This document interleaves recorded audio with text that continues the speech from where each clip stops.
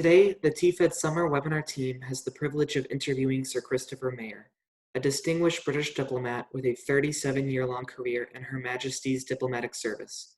Sir Christopher held posts in the Soviet Union, Spain, Germany, and notably was the United Kingdom ambassador to the United States from 1997 to 2003.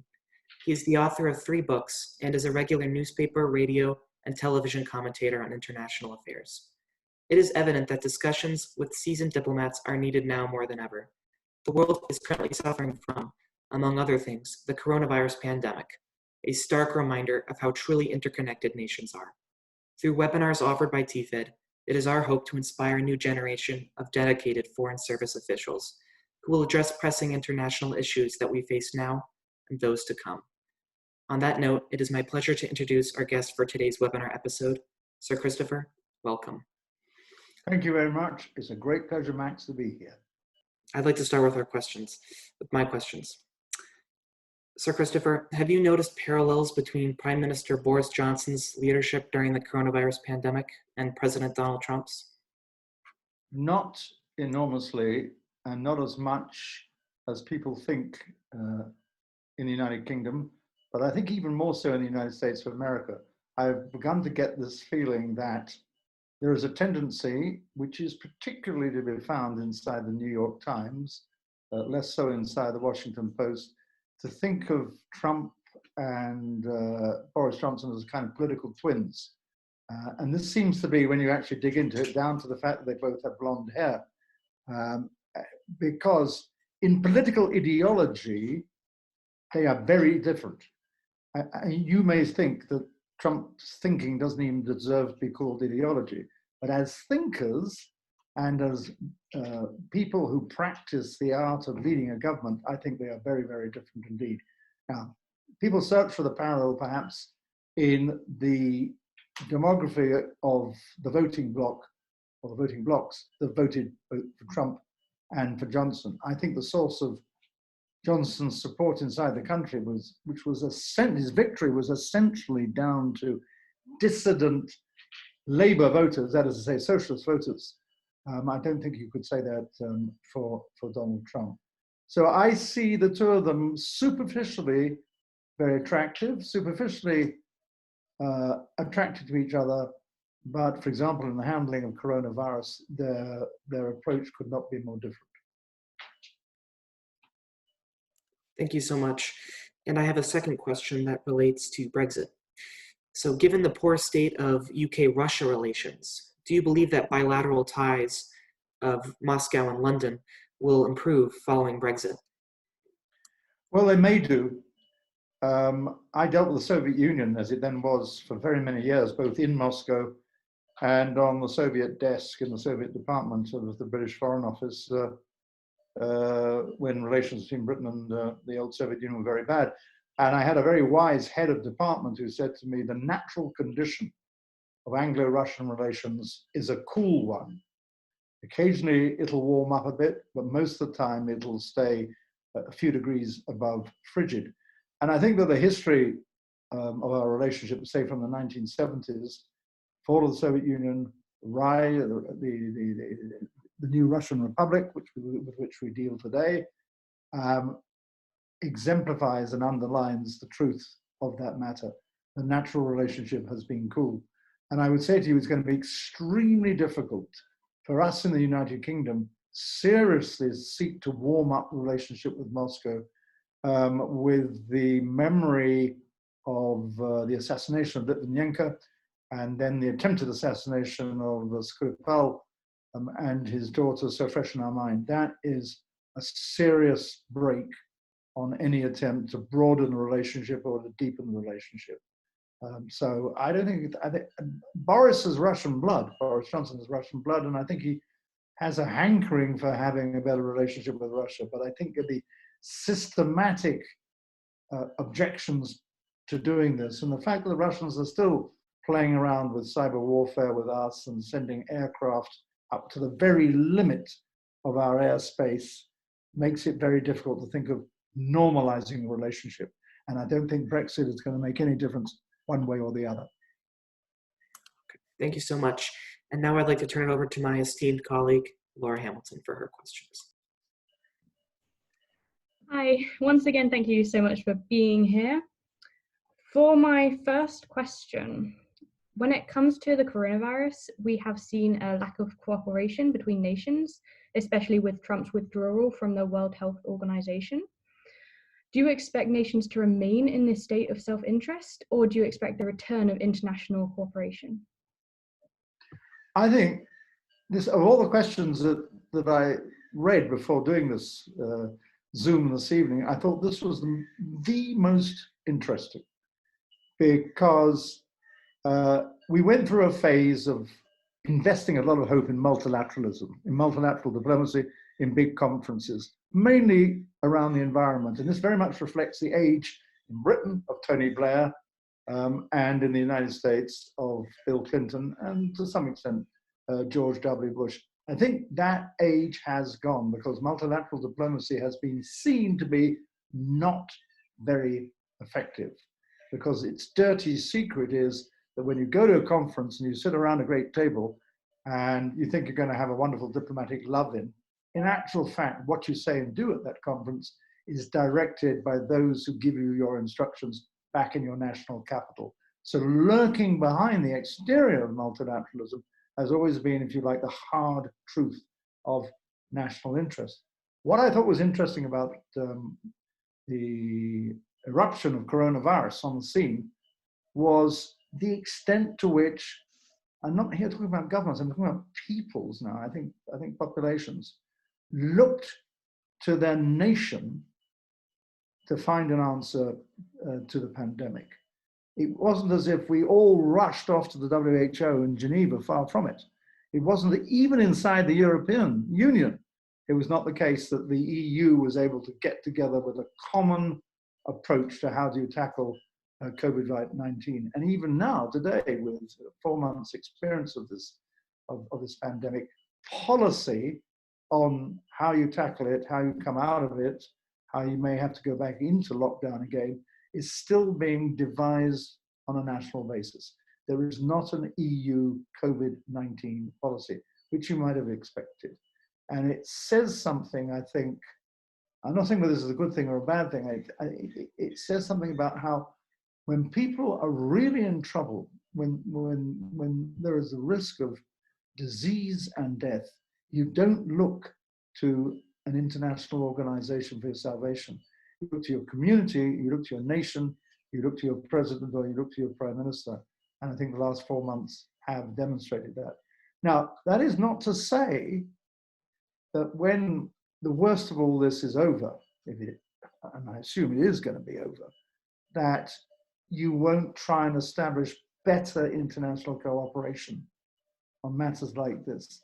But I think the conclusion you have to draw is multilateralism and international cooperation works in the good times. When things are bad or in a crisis, people look to be protected by, how can I put it, by their national borders. Absolutely, thank you for that.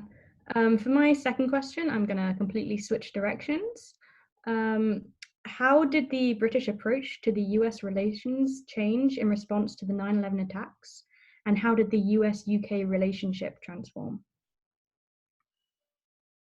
Well, you know, I've always, I don't know if you've heard me say this, but Ted has heard me say this 3 million times, that I've always had a problem with the phrase "a special relationship" to define relations between the United States and the United Kingdom, because I think it raises expectations that can't be met. It is, to a strong degree, obsolete, worn out its usefulness, and actually flatters to deceive, because if the United States has got any special relationship with anybody, it's with the State of Israel, and to a lesser extent with the Republic of Ireland, which I'm happy to explain if anybody wants me to explain, but not particularly with the United Kingdom. And if you look at the history of the UK's relations with the United States since the end of the Second World War, more or less when the phrase was first coined, you will see, if you drew it on a graph, you would see lots of ups and downs all over those 70 years. However, there have been lots of very close moments, in some ways even uniquely close moments, particularly where defense is concerned and where intelligence cooperation is concerned. And it's gone broader than that at certain very warm moments. For example, Macmillan and John F. Kennedy, Margaret Thatcher and Ronald Reagan, and Tony Blair and Bill Clinton, and then, to the astonishment of many people, Tony Blair and George W. Bush, who ideologically was somewhat different from Bill Clinton. Those are very warm moments. And I have to say that it was, when I was in Washington at the time, that when Tony Blair came out so quickly in support of the United States immediately after 9/11, in very emotive terms, actually, you might say was one of his finest speeches, which I think was to the Trades Union Congress of the United Kingdom, saying, we're with you now and we will always be with you. That hit such a high note, certainly in Washington, D.C., that you could say that at that moment the relationship was special. But of course, the effects of 9/11 little by little wore off, the atmospherics wore off, and you might say that permanent things were created from it, such as the Department of Homeland Security, which is very controversial right now, I believe, in the United States. And of course, there was a war in Iraq, which in the end turned out to be a bit of a disaster. But it was, if you look at the British-American relationship as a series of valleys and mountaintops, immediately after 9/11 was one of the mountain peaks, one of the heights. Thank you so much. I'm now going to pass it on to Katie for the next few questions. Awesome. Thank you again for being here, Sir Christopher. I have a related question, so this will be a good one to follow up with. My first question is, in a June 8th tweet from your Twitter account @SirSocks, you stated, quote, "I have argued for over 20 years for the UK to expunge from its diplomatic strategy and vocabulary the notion of a special relationship with the US. It is a snare and delusion. Even in 1989, the Bush senior administration looked to Germany as its lead Europe partner," end quote. How would you describe the current relationship between the UK and the US? And furthermore, how do you predict the results of the 2020 presidential election would affect this relationship? There's another good one. Right now, you have this personal relationship between Donald Trump and Boris Johnson, which appears to be close. They appear to get on together. He knows how to flatter him, and Trump, with his kind of sort of visceral instincts, knows how to make Boris smile. So Trump gets on with Boris far better than he ever did with Theresa May, and I suspect far better than he would have done with David Cameron or even with Tony Blair, to be quite honest. Now, not many people on this planet with whom Tony Blair doesn't know how to get on with. So at that level, the relationship is good, and I think they talk to each other on the phone from time to time. But as I said earlier on, in all honesty, they're not soul brothers. They're not soul brothers. One example I take from COVID-19 is that Donald Trump has sought to put distance between himself and Anthony Fauci. He doesn't agree with what Fauci is. Is that how you pronounce his name in America? Fauci? He's Fauci, is he? Fauci? Anyway, with Anthony Fauci, whereas Boris over here, and mistakes have been made in the UK, has hugged very close the chief medical and scientific officers of the United Kingdom. So Boris has relied on the science, and Trump has put great distance between himself and Fauci, because Fauci's been saying things that Trump doesn't want. And I just take that as one example to show that despite a superficial amiability between them, in substance, I think there are significant differences between them. The thing that matters to us in Britain about the relationship with the United States right now are the good old things like defense and intelligence, which kind of almost goes on its own, irrespective of which government you have in London, which government you have in Washington. So that is still very, very close, but it's kind of the disciplines apart: intelligence, espionage, military procurement, all that stuff. What is in the foremost of the agenda for the British government today is the need to negotiate a free trade agreement with the United States for the moment when, at the end of this year, we have finally left the European Union. We're in a kind of formally we've left already, but we're in a transition period which ends at the end of 2020. Now, what we want is a free trade agreement covering goods, services, and all the other stuff by the end of the year, which we're not going to get because it's all ensnared with the presidential election and with a third of the Senate changing and all that kind of stuff. Now, I think what we the Brits, I mean, sometimes I don't want to give it sort of enormous importance to myself, but sometimes I feel like a voice crying in the wilderness, because I say to the government, people I know in the government, look, the Americans are going to say wonderful things about how they really want to have a lovely, or as Donald Trump said, beautiful free trade agreement with the United Kingdom. Yes, we want that. And it's oh, yes, please, we'll give it to you tomorrow morning. But when you actually sit down, doesn't matter what the rhetoric is, you sit down at the table, and on the other side are the American negotiators, who are the toughest of the tough.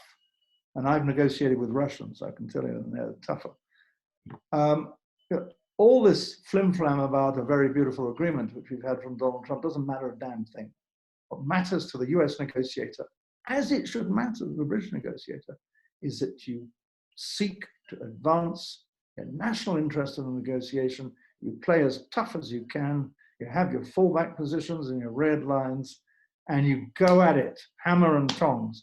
And the difficulty for us is that, I don't know why this is, it's a kind of cultural thing, is almost every American trade negotiator I've ever met has been trained as a litigation lawyer. So they bring to the table the skills of cut and thrust in the courtroom. And you have to get up very early in the morning and be absolutely on top of your brief to be able to, this is a long-winded answer to your question. But what I am saying is the relationship with America basically is good, but we've got some really tough issues to resolve, which may provoke differences between the two sides of the Atlantic. Above all, this foreign trade agreement. Thank you for your insight. So I have a second question as well. Sir Christopher, during nearly 40 years as a British diplomat, certain historical events and career highlights are featured in your novels and several television series. However, if you had to choose one adventure from your career to make into a Hollywood blockbuster, which would you choose and why? I thought this would be a good one. Hollywood blockbuster. Well, I don't know really. I've often thought there are three basic films that basic episodes that might have cinematographic value. Netflix or whoever. And one is being sent as a very, very young diplomat in the 1970s to Spain when General Franco, the dictator, was still ruling. And one of my jobs was to go around the country. I wasn't a spy, I was a conventional diplomat. And my job was to make contact with all the different opposition groups to Franco, because the British government wanted to know that when Franco dies and democracy finally comes to Spain, who is going to rise to the surface? Which politicians will rise to the surface? And I often thought you could create quite a good sort of tense spy movie in which I'm doing this and I'm being pursued by the Spanish secret police, people are being arrested, all this sort of stuff. Starring, I don't know, somebody who I don't look like Chris Hemsworth or something like that, And the other thing is the stuff in Moscow. Is the time I spent in Moscow. I had 2 postings to Moscow and was again pursued around the old Soviet Union by the KGB. There's a lot of material there, honey traps, people trying to catch me and sexually compromising situations, or which I have to say I resisted, thinking always of the Queen, and so on and so. So there were a number of episodes, and I suppose I could do something out of America as well, because I was in your country for 9/11, and that's all kinds of subplots and plots emerged from that. So there you go. Awesome, thank you. I think we'll have to contact Netflix for a special soon. Yeah, I'll send this up. I said Send it no over less, to Olivia. no less than $1 million. Awesome, thank you. Thank you, Katie, and thank you so much, Sir Christopher, for taking the time to speak with us. My first question is, what was your overarching objective for your time as ambassador to the United States? If I reduced it to the absolute, very basic core, it is to safeguard the British interest. And what that means is persuading the US administration not to do things which would be against our interest, and to do things which would be in our interest. And that is reduced to the utter core what you're doing. But the first thing you do when you arrive is to create the network that may make that possible. So the first day I stepped off the plane in Washington, D.C. with Catherine, my wife, the first thing we set out to do was to create a high, how can I put it, not high net worth, that sounds too financial, a high-powered network of influence, to get to know people to whom I can go, who will receive me, who will be happy to talk to me, who will come to the embassy when invited, in the White House, in the State Department, in the Defense Department, maybe one or two other departments like the US Trade Representative's Office. Very, very important. Much more important than the Department of Commerce for a foreigner. And then all the guys up on the Hill, the senators, the House members, particularly the chairman of committees, key committees like foreign relations, and then I discovered that it was damn good to be able to get to know a senator or a senior House member, but their staff were incredibly important, because there were a number of senators and staff and House members who literally were fed their lines by their staffers. So if you didn't know the staffers, you couldn't influence the staffers. So that's why, as an embassy, you work as a team, because it's not considered right that the ambassador should go and see a staffer. So you get somebody a bit lower down the ladder who does that work for you.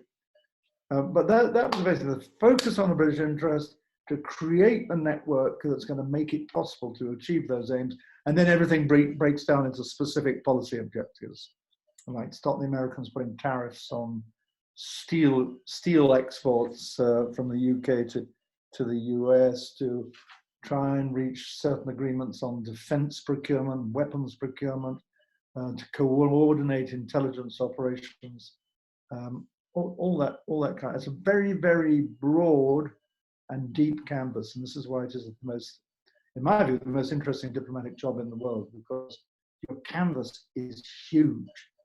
Because suddenly you realize, as a senator you didn't know anything about at all, who's absolutely vital on. For example, do you remember somebody who used to be Senate Majority Leader called Trent Lott? There's a guy called Trent Lott from, Catherine, where was Trent Lott? Was he Alabama or Tennessee? I can't remember. Alabama. Anyway. The deep south. The deep south. I've lost you. Where have you gone? Where are you? Mississippi. Mississippi. But I'll just tell Ted, should I just briefly tell the story of Trent Lott and show in what detail you have to go? And it's not nuclear weapons. It's not. Can you hear me over there? Have I gone? Yes, please do. Yeah. Okay. Yeah, I've lost your volume a bit.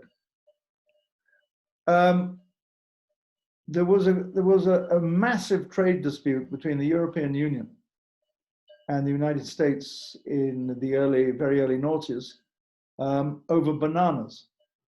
Now, you might think that bananas is not the British ambassador to the United States' chief preoccupation, but because the the argument about bananas involved Senator Trent Lott and one of the largest Republican Party donors. It became really important and went straight up like in a high-speed elevator to the White House. And before I knew where I was, the United Kingdom, just because it was a member of the European Union, was being threatened with all kinds of countervailing tariffs because the United States claimed that European bananas, which don't exist, they actually come out of West Africa, were undercutting in price because they were being dumped. And so we're undercutting American bananas. And why am I telling you this story? It is to show, to illustrate the astonishing diversity of issues in a really rich relationship like that between the US and the UK. You have to be prepared to deal with it. And so in 48 hours, I had to become an expert on bananas, small, bendy European bananas, and very large, straight Latin American bananas, which are the ones that were grown on American plantations. And there was a time when I could talk the hind legs off a donkey about bananas. I've kind of forgotten that now. Probably a good thing. So there you are. Thank you so much for that answer and the really entertaining story. My second question for you is, what are the 3 most important skills for an aspiring diplomat? I think I once had 5 skills, which I came up with, and they're slightly allegorical or even metaphorical, but it was, you need to have a keen mind. I just got to remember, there's a keen mind. Sharp mind. No, you had to have a sharp mind, a hard stomach, a warm smile, and a cold eye.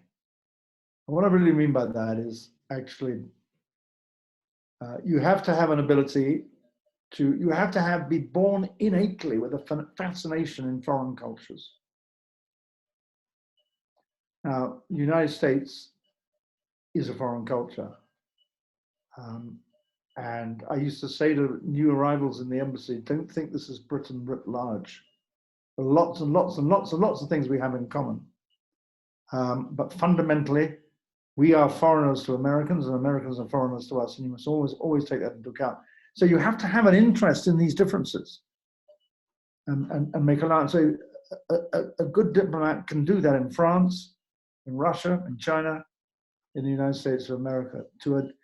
It means you have to be a bit chameleon-like to fit it, to not simply to fit into the culture, but to learn its idiom and how to express arguments in the most persuasive way. So there's that thing as well, and the other is to be social, even if you are hard-hearted, cold loner in reality.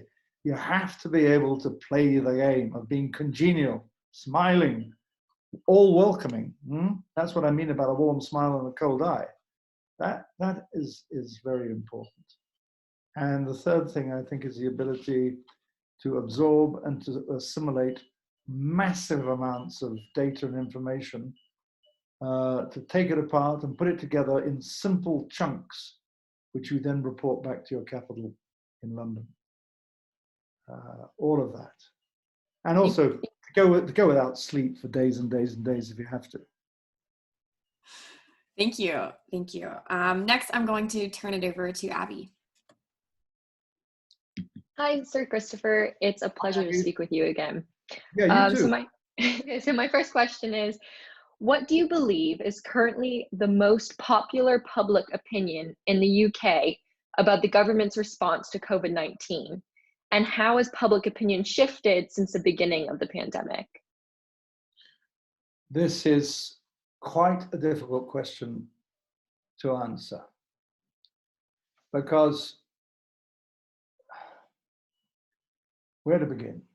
I'll keep it simple, because I could make it incredibly complicated, which is not what you want, and not what I should really be saying. I think at the beginning, when it all exploded upon the scene, there was a terrific willingness around the country to realize that this was a new virus, to give the government the benefit of the doubt, to believe that the government was doing its best, and that by definition it was going to be a case of trial and error.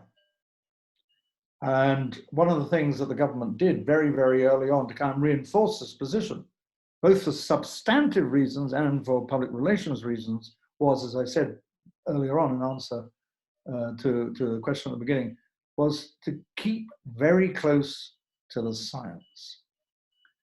And the thing, and scientists and public health officials like your Fauci guy. And that lasted for quite a long time. And the thing that had a huge effect over in Britain was TV footage of what was happening in northern Italy. Because we knew that northern Italy is the most prosperous area of the country, and that their health service up there, compared with Sicily or Calabria, was pretty sophisticated and well run. And the pictures of the hospitals in places like Bergamo and in the small towns around Milan being physically overwhelmed by patients so that they were all being piled up in corridors and goodness knows, I think that had the most profound effect upon us. And we made enormous efforts to ensure that hospitals were not going to be overrun. And we built all these new hospitals called Nightingale hospitals in record time. But it actually wasn't the nature of the threat. And little by little, I think the public became more skeptical about what the government was doing because there were clear shortages of equipment. The tracking and tracing system didn't work as well as it could. And then because we were so anxious about hospitals being overwhelmed, as in Italy, we got as many old people out of the hospitals and into care homes as possible, as fast as possible, without ever testing them for COVID-19. And they, I'm afraid to say, that was a huge mistake. And the care homes are one of the big drivers of infection rates.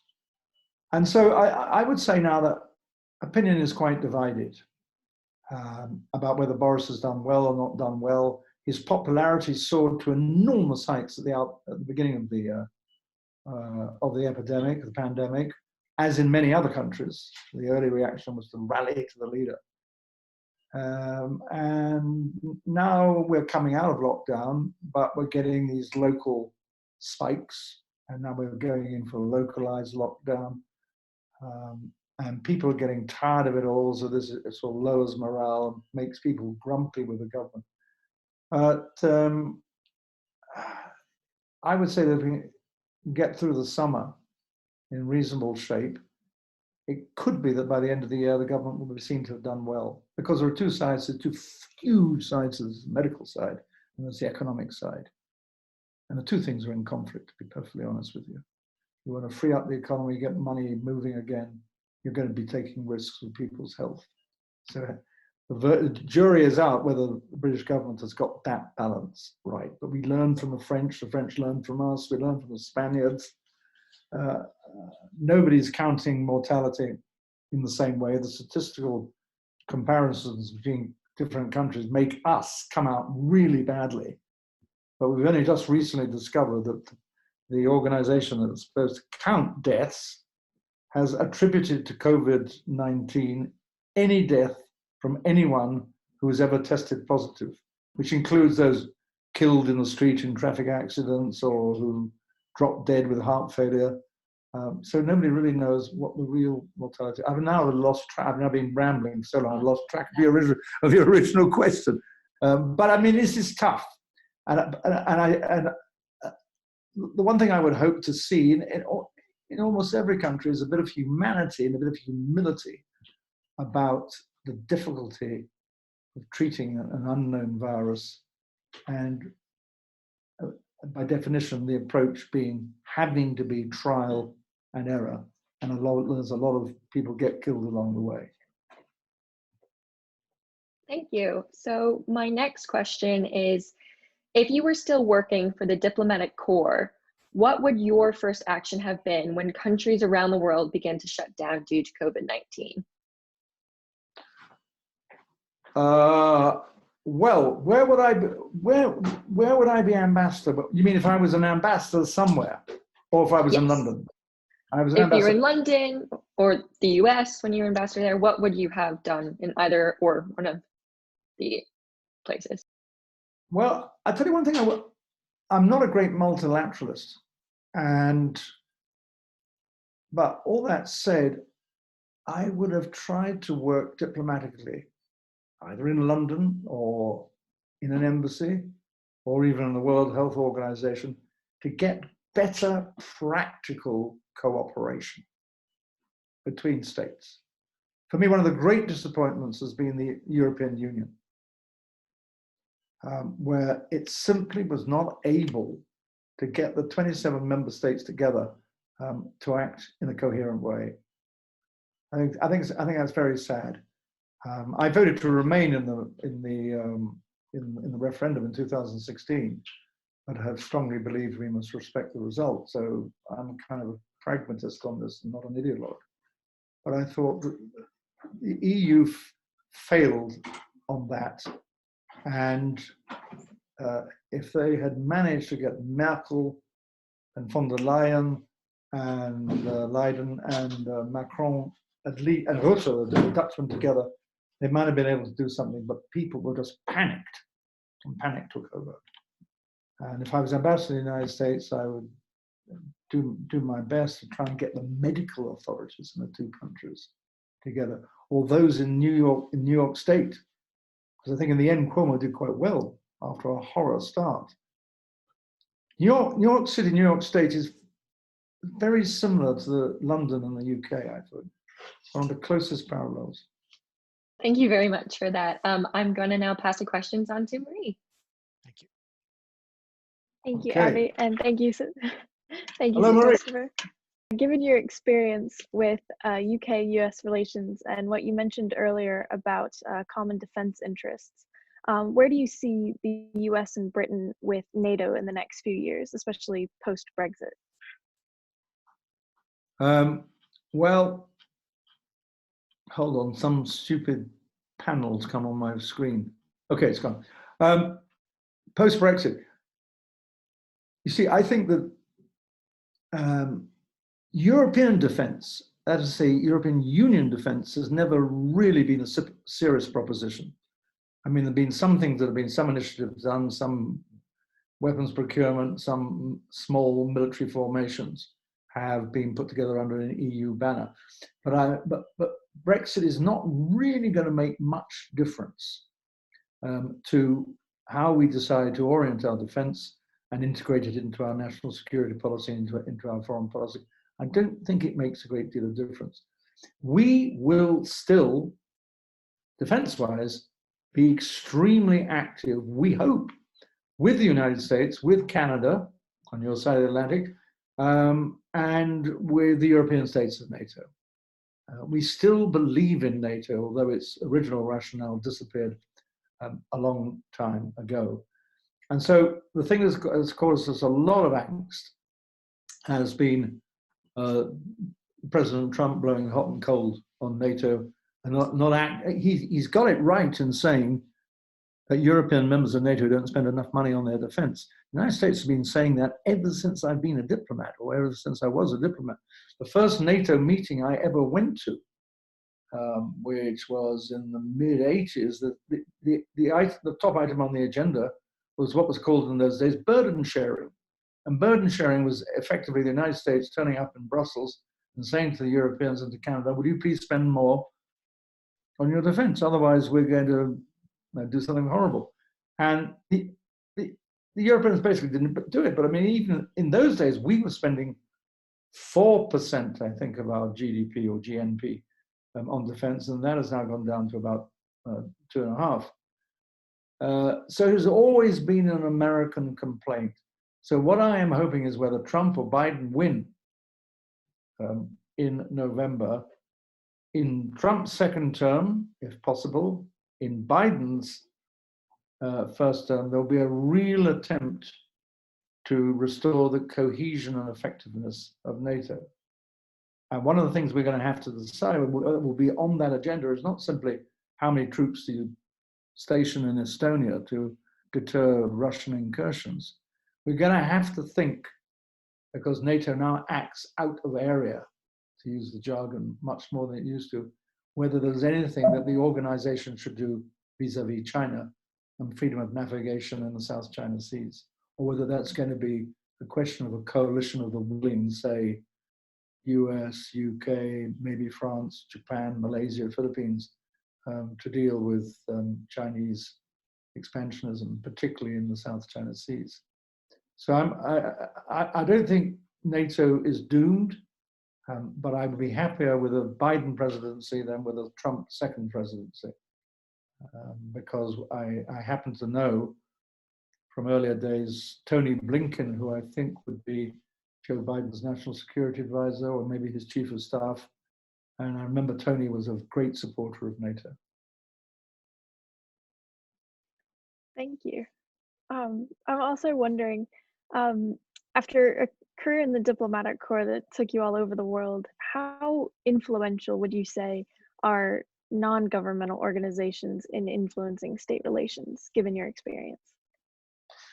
Well, NGOs have risen in authority and influence significantly towards the end of my career, and maybe even more so since then. But I think they've now had something of a setback. It's partly because foreign ministries, certainly our foreign office, quite liked to subcontract certain work to them, which it didn't want to do itself. This was particularly the case in international development and aid, where it was easier to give a chunk of money to a big NGO and say, here it is, this is the purpose, off you go and use it wisely. It's also the same, I think, in things like the environment, where a lot of environmental policy is certainly in the UK being subcontracted to big NGOs and big charities. I have a feeling now that in the UK, things will change, I think, because part of our membership of the European Union involved our giving money to the European Union itself, to the European Commission in Brussels, which then distributed the cash along with other people's cash to NGOs. And so British taxpayers' money was being spent on projects which are two places removed from the British government itself. A lot of that, I think, is going to stop at the end of this year, and that we will repatriate a lot of the cash to be dispersed by our own government and our own organs. And I think there's going to be some shuffling around of budgets, which will mean that the losers are going to be certain NGOs and the winners are going to be government departments which are starved of money, not least the Foreign Office itself, where it's seen the Department of International Development now brought back into the Foreign Office and no longer an independent department, having a budget 3 times that or 4 times that of the Foreign Office, and everything had got out of balance. So the answer to your question is NGOs. We all used to say, we've got to look at NGOs when you're analysing foreign policy. I think that's going to be less the question now. Thank you very much for that. I'll turn it over to Victor now. Thanks, Marie Layton. And thank you again, Sir Christopher, for taking the time to answer all of our questions. For my first question, to what extent have the United Kingdom and the European Union coordinated their respective COVID-19 responses? The short answer to your question is very little. As a matter of public policy, each of the member states of the European Union have really gone their own way. And we ourselves have gone our own way. Now, this is not to say that there have not been conversations between prime ministers and presidents and health ministers and health experts on ways in which you handle the crisis. We've had a lot of contact with the Spaniards on this because we don't want to go along the way that that they win. We want to know about what's happening in Catalonia, for example, because the thing is coming back there big time. But the answer is very little coordination. And as I was saying earlier to an earlier questioner, I think this is one of the great disappointments about the European Union, that after almost 70 years of existence, it could not, at a moment of supreme crisis, get its act together. Thank you. And for my second question, you served as the UK ambassador to the United States during the impeachment of President Bill Clinton. Did impeachment impact your normal day-to-day diplomatic functions with the White House? No, not at all. Not at all. The day-to-day contacts were more or less the same. One thing I did say to London is that this was not a moment to try and launch a big initiative with the president, because he was totally preoccupied with dealing with the period when Ken Starr's investigation was going on. Then the Starr report came out, and then the impeachment stuff happened, I think, in early '99, if I remember rightly.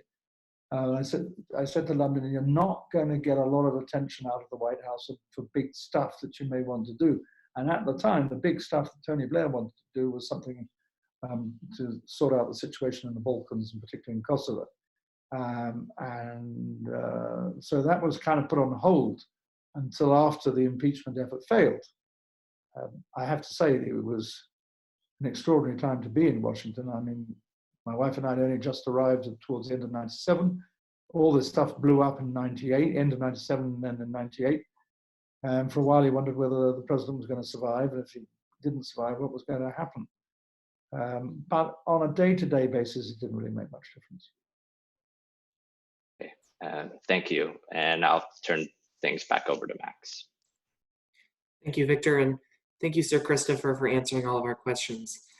This concludes our interview with you, and we would like to thank you again for joining us and spending an hour of your time on a Tuesday speaking to us. Max, thank you very much. It's been very stimulating and interesting, and all of the questions have been tough ones which go to the heart of numerous problems.